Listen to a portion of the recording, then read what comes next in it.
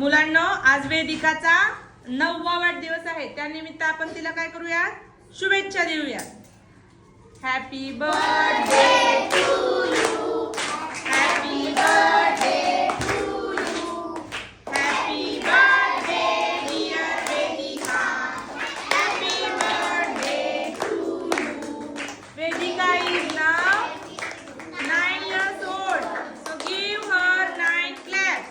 1, 2, 3, 4, 5, 6, 7, 8, 9. Okay, ठीक आहे.